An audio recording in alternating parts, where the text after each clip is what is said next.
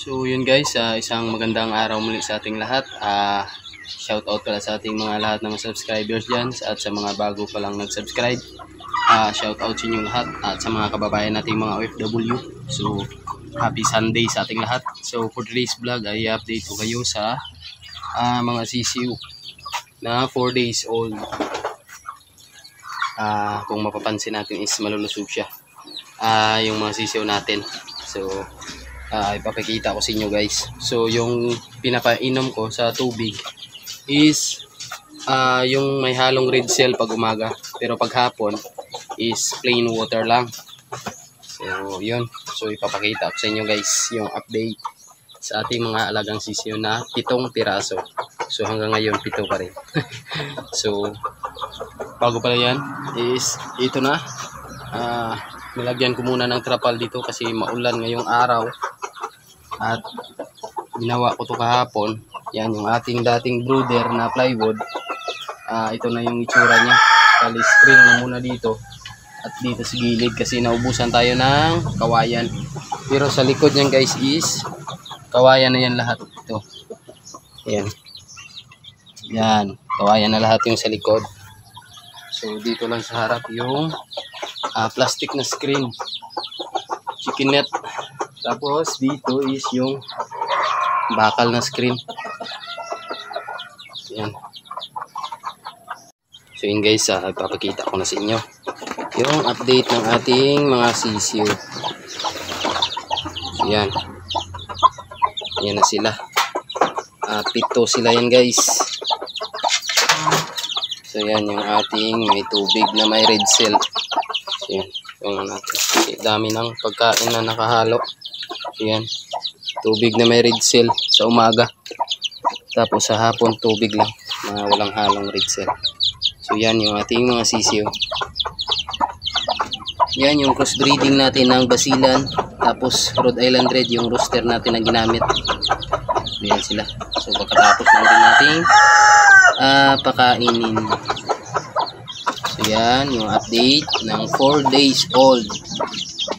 So yan na sila guys. Yan o. Yan. Yung ating mga sisiu.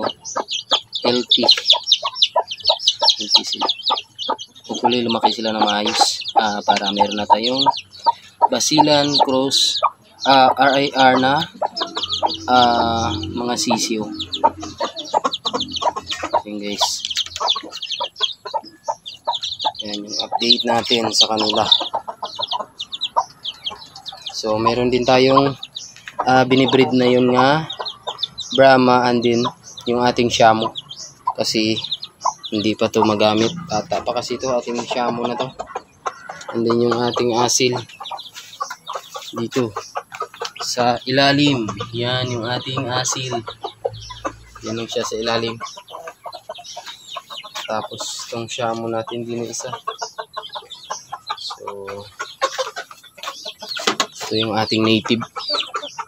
So iniwalay ko itong isa kasi 4 sila yan kasi nagtutukaan na. Ito yung kasama nila. Yan, nagtutukaan kasi. So balisa lang yung babae at 2 lalaki. So ito yung ating may lahing Brahma na isa. Yan.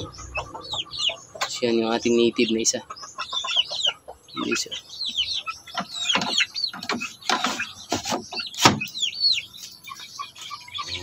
Yung ating Brahma. Yan, 2 na lang yan guys. Tapos yan yung ating sisiu. Yan, native sa Brahma din. Yan o. Yan guys, tumatawag na siya ng inahin para makipag-breed. So malapit-lapit na yan. So going to 5 months old na this coming katapusan ng September na to. Yan. Yan guys. Yan lang muna yung pinapainom natin sa kanila. Tapos pag umabot sila ng 1 week na, mag bacterial flushing agad tayo. At saka pag tumungtong na sila ng 1 buwan, siyempre magpupurga na tayo para hindi masayang yung ating patuka at mapunta talaga sa kanilang katawan yung nutrients, hindi sa kanilang mga bulati. So yan.